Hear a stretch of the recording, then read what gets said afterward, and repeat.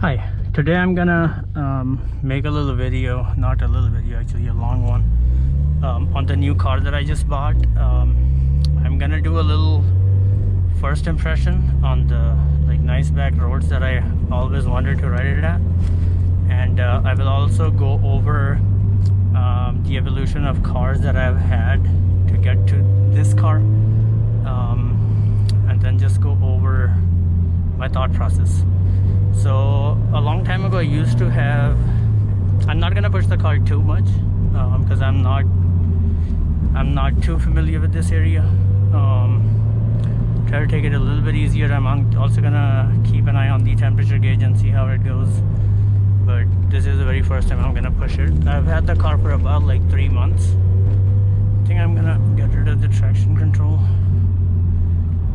It seems to be a bit annoying. I'm not gonna turn it off all the way, but let's see what just the regular traction off does. In the third gear, I'm guessing I'll probably stay in second and third, but okay, so let's start. So about 10 years ago, about 2012 or something, I used to have a regular Lancer ES, and I used to drive here a lot because I used to work in the Silicon Valley and in a warehouse or something, and I used to commute back to my house every single weekend, and traffic on 680 was too bad, so I used to take this road. And I really knew all the turns and everything by heart that I don't anymore because I don't really drive here all that much.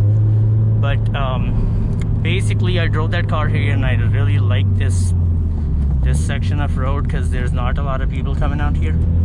And the other thing is that it used to be empty, and then there's so many turns. It's it takes you about a good 10, I would say 10-15 minutes to get from one end to the other. So basically ever since I had that ES, I really wanted to have a toy car, and after the ES I bought a Civic Si, but same thing, it was a front wheel drive. The shifting was really nice, but you cannot really get the back end to come around, or if it does come around, you cannot basically control it at all. So it's gonna be hard to talk because I have to focus a little bit on the road as well. Ooh, a little bit understeer. Okay, cool. So after the S, so I got married and I had my first kid, and then Honda Civic was not enough because my child's seat, the rear facing seat, would not really fit. It was kind of uncomfortable to drive the thing, so I basically got rid of the SI. That was it. And then I bought a 2018 Toyota Camry, and right when I bought the Camry, I always wanted, that was my daily or the family car, but I always wanted another one, like a personal car or whatever. But I don't know, I'm a practical guy. I always tried to get myself into a sedan or something. I really like the two-door cars. I know the lightweight platform and everything is really, really amazing, but I was hey, if Camry goes down or whatever, I should have a backup car that can actually haul family and kids or whatever.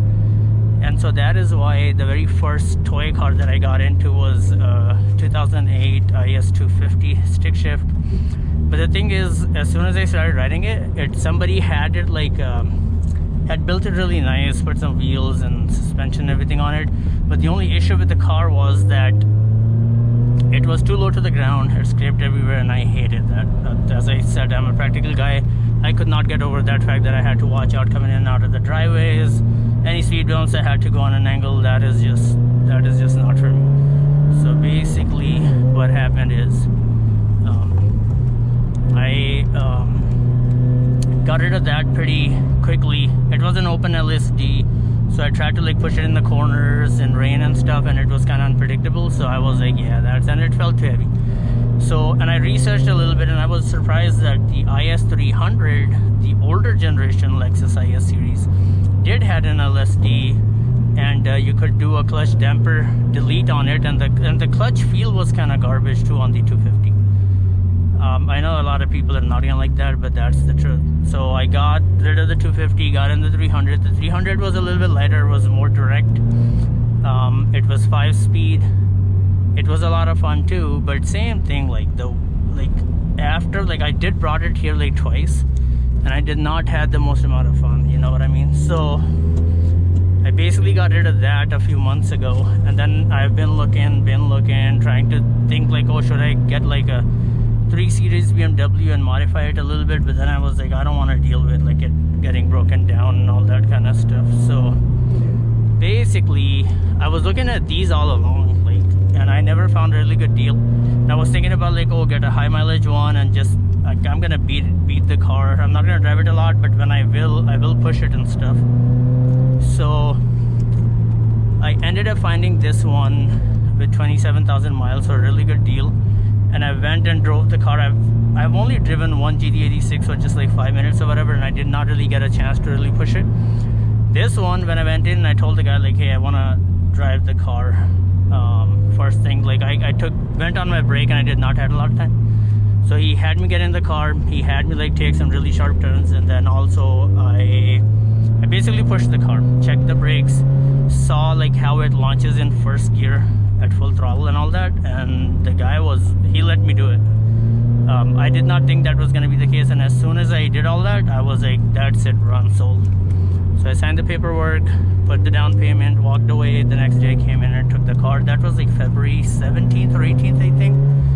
So the car's temperature when I was on the freeway coming this way, it was like right around like 220, 230, and it's staying there. To my surprise, I was thinking when I will be pushing the car a little bit more, it might actually creep up, but it has not so far. That's actually really, really good. That was one of the things I was a little bit nervous about, but okay. So yeah, so today I'm actually testing the car out, pushing it. So I am gonna like focus a little bit more on the street. Of course, it's not ideal. There's a bunch of bikers. There's gonna be other cars. Usually I've been pretty lucky. I usually don't run up onto any cars, and when I came in, I pulled over for like 5 minutes or whatever.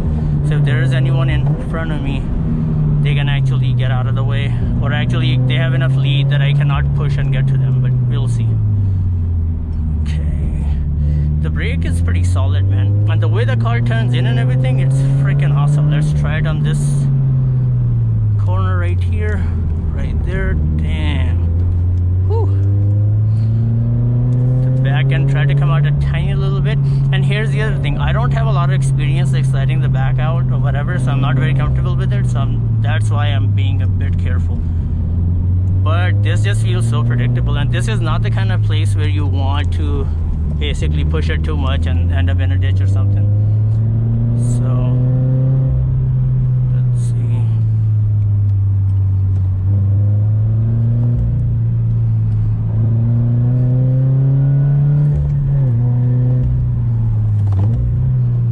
Oh, I cannot heel and toe, I'm not gonna lie. Never really practiced it a whole bunch. Man, this car is freaking awesome.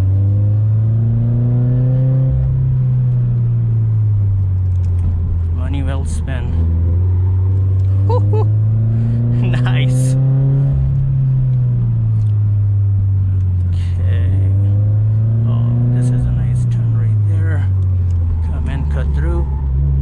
Damn, bro, this car is freaking nice. I love it. It's just so predictable. It loses a little bit of grip, but you know how it's gonna go. And this is my first time really pushing the car. Damn.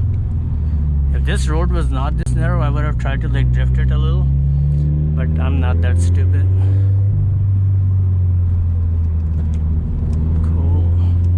Yeah, I might actually take it to a track to really push it through its limit and everything, but we'll see.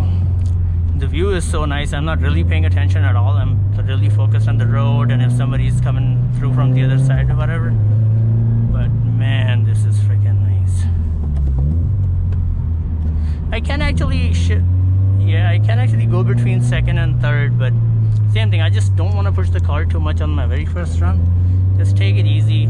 I mean, I have not pushed cars too much like this. I've had manual cars, but I did not bring them over here a lot. So I don't want to miss shift and cause any issues, so I'll take it easy. Once I get comfortable enough with it, then I'm really gonna push. And this is the kind of place where you can, and I can tell nobody has been drifting here. So let's pull over here for a second, and then I will basically get on my way. And yeah, hopefully you like what I had to say and my journey all the way to this car. But yeah, and I got the bike rack in the back already. That's why I cannot see in the back, but that's what I got this car for, to basically bring my bike to the trails and stuff. So all right, catch you guys later.